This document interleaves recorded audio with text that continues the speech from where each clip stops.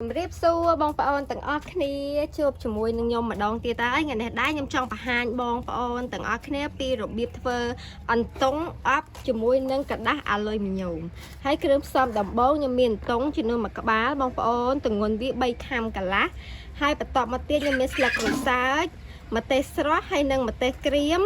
រំដេងស្លឹកគ្រៃតើបងប្អូនឥឡូវទៅទស្សនាពីរបៀបធ្វើរបស់ខ្ញុំទាំងអស់គ្នាដំបូងខ្ញុំចាប់ផ្ដើមហាន់គល់ស្លឹកគ្រៃរំដេងและក្រូចសើចឲ្យហើយបងប្អូនហើយចំពោះវិធីអប់របស់ខ្ញុំបងប្អូនបែបងាយហើយគ្រឿងផ្សំតិចទៀតហើយចំពោះទឹកជ្រលក់ប្រហែលជាបើមិនជ្រលក់អំបិលម្រេចក៏ជ្រលក់ទឹកត្រីបុកដែរមានតែពីរមុខហ្នឹងទេតែមើលជាក់ស្ដែងសិនហើយអន្ទង់ឯនេះ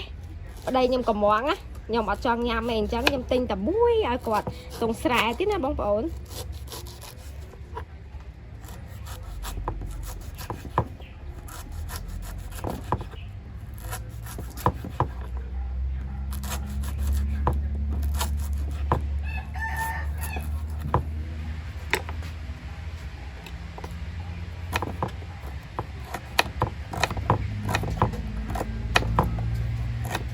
នេះរំដេងស្លឹកក្រូចសើច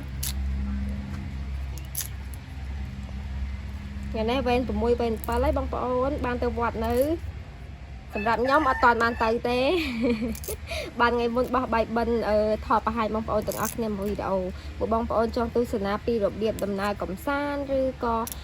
ដូចខែភ្ជុំបិណ្ឌអីចេះខែដាក់បិណ្ឌអីចេះបងប្អូនចង់ទស្សនាវីដេអូដាក់បិណ្ឌដែរអីបងប្អូនចូលទៅ Channel YouTube ផាន់ណាធัวបាត់ដំបងបងប្អូននឹងបង្ហាញបងប្អូនថ្ងៃមុនខ្ញុំទៅបោះបាយបិណ្ឌនោះនេះគ្រឿងផ្សំយើងមានតែប៉ុណ្្នឹងទេទុកវាមួយឡែកសិន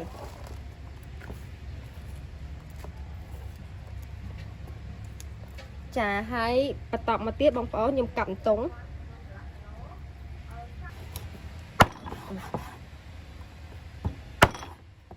អបអញ្ចឹងយើងកុំដាក់វាខ្លីពេកវែងពេកដាក់ប៉ុណ្្នឹងអានេះអបលក្ខណៈងាយបងប្អូន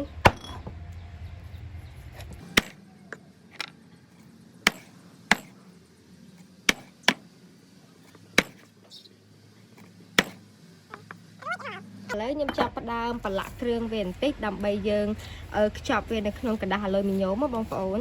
ចាបងប្អូនចំពោះគ្រឿងផ្សំខ្ញុំដាក់បែបងាយមុនដំបូងខ្ញុំដាក់ស្ករបន្តិចប៊ីចេងបន្តិចហើយនឹងអំបិលមកចុងស្លាបព្រាបន្តិចទេបងប្អូនហើយបន្ថែមជាមួយនឹងទឹកប្រេងខ្យងបន្តិចបន្តមកទៀតបងប្អូនខ្ញុំបុកខ្ទឹមជាមួយនឹងម្ទេសដើម្បីយើងប្រឡាក់នៅក្នុងនឹងដែរ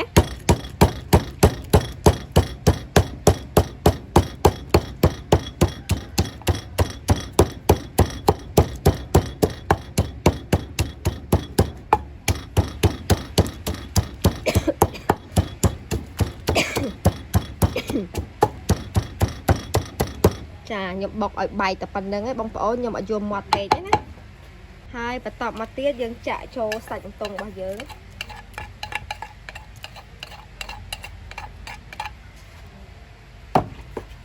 នេះបងប្អូនឥឡូវខ្ញុំច្របល់វា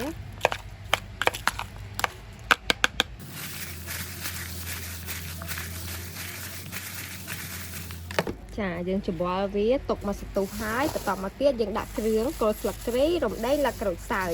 តប៉ុណ្ណេះបងប្អូនញ៉ាំគ្រប់ហើយម្នាក់ឯងហ៎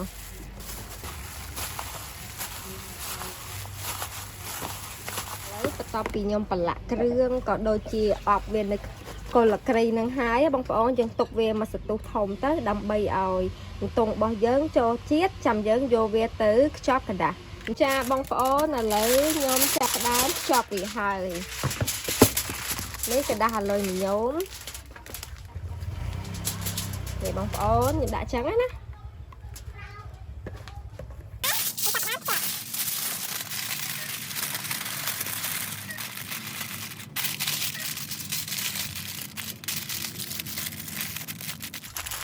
ចាឥឡូវខ្ញុំយកវាទៅដាក់លើភ្លើងបងប្អូន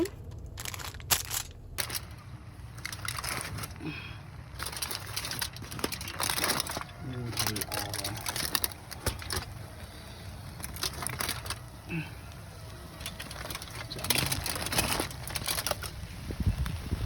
ăn hai bong phôn តាមប៉ិតតងអប់នឹងបងប្អូនបើសិនជាបងប្អូននេះពេលដែលវាឆ្អិនចង់បន្ថែមទឹកដោះគោឆៅស្រោចពីលើក៏អេមដែរតែខ្ញុំអត់ទៅយកស្ងួតអញ្ចឹងឆ្អិនល្អអូក្រៀមហ្នឹងតើបងប្អូនទៅទស្សនាបន្តទៀត តើបងប្អូនជួយញ៉ាំទាំងអស់គ្នាឆ្អិនហើយអូមកហុយ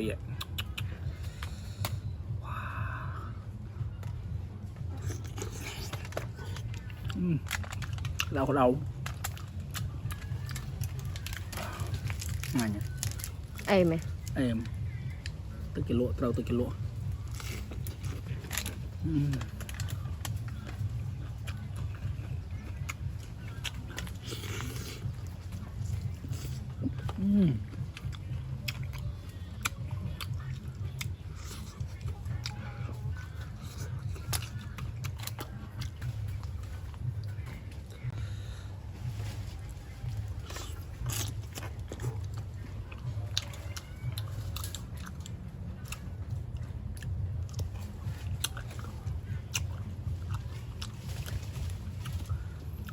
và đây là bông bồn tàu ngày đặt tàu về tới phồng hộp ấy xuống chọn phải bỏ cho phơi lục tê lật cây mặt tê ở đâu chùm núi sau cà phê á lật cây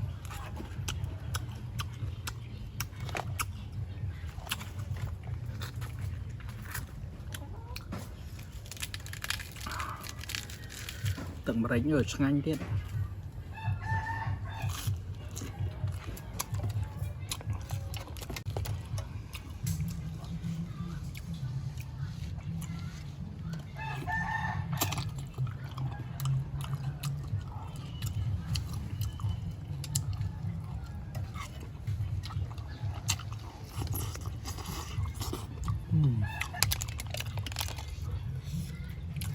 Hồi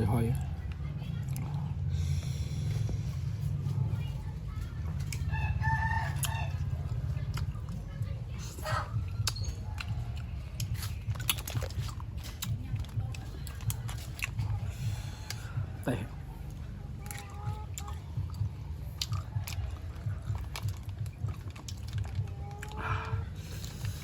wow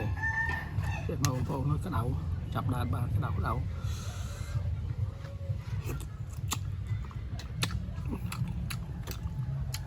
đây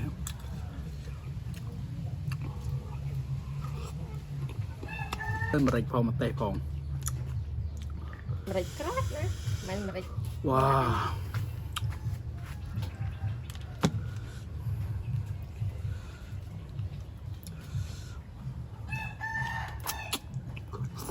tông muối bên này ai rồi mốt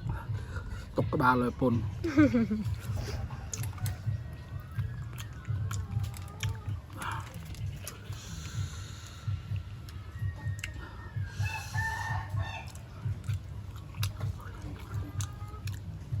bạn chân video nó mình phần đăng là bong phỏn